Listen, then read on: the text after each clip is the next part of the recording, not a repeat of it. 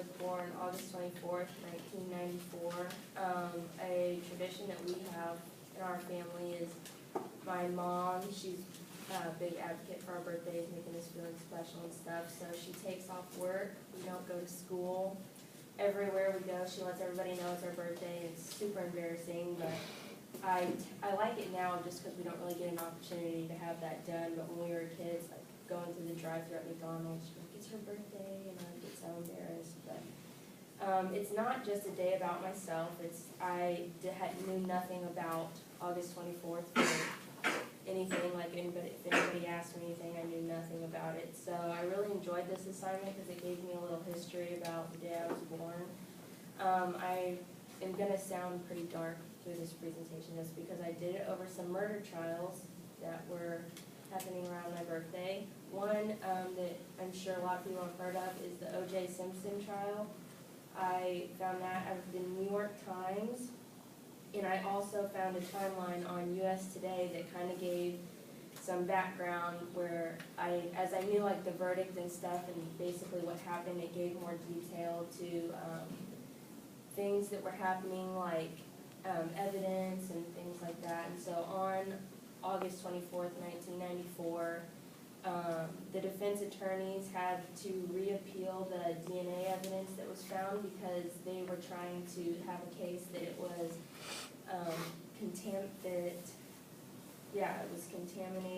and that they have the microbiologist John Gertis declared the LA police crime lab had by far the most contaminated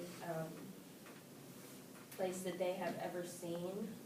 So I thought that was interesting. And then later on, I mean, there was obviously a lot of stuff. He ended up winning the trial, which was an amazing thing in its own. Not like he should have, it was amazing, but just because all the evidence against him shouldn't have been. And so, and then in the Chicago Tribune, there was a trial.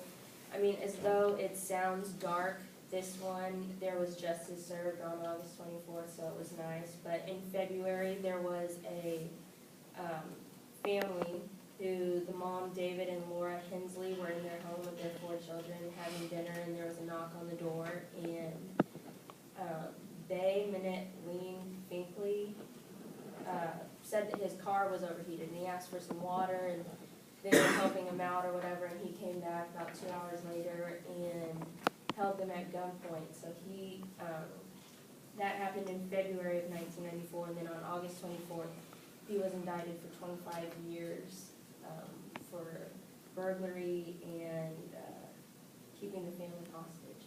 So even though that was kind of an upsetting story, it ended really well on my birthday. And then in the Chicago Tribune, there was a worker who had